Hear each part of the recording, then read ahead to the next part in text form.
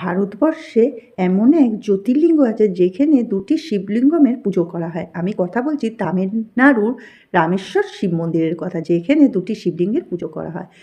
এই ঘটনাটা হচ্ছে সে রামায়ণ যুগে, যখন লঙ্কা জয় করে সীতা ও লক্ষ্মণকে নিয়ে বাড়ি ফিরছিলেন তখন তার পাপ বোধ হয় যে তার নাকি ব্রহ্মা হত্যা লেগেছে। আসলে রাবণ ছিল শিবভক্ত এবং ব্রাহ্মণ।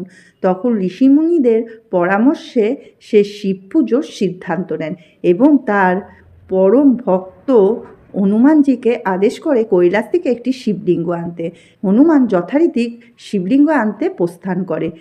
এদিকে সময় গড়িয়ে যাচ্ছে এবং শুভ টাইমও চলে যাচ্ছে। তখন সীতা কিছু না ভেবে বালি দিয়ে একটি শিবলিঙ্গ তৈরি করে।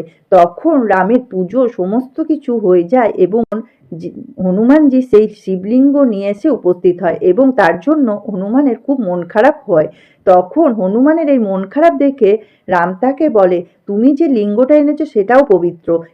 আমার যে এই শিবলিঙ্গটা আছে এটা রামেশ্বরম শিবলিঙ্গ নামে পূজিত হবে, কিন্তু আগে তোমার এই শিবলিঙ্গের পুজো হবে, যেহেতু এটা কৈলাস থেকে এনেছো তাই এটা বিশ্ব শিবলিঙ্গ নামে পরিচিত। তার জন্য রামেশ্বরে দুটি শিবলিঙ্গ আছে, আগে বিশ্ব শিবলিঙ্গের পুজো হয়, তারপরে এই রামেশ্বর শিবলিঙ্গের পুজো করা হয়।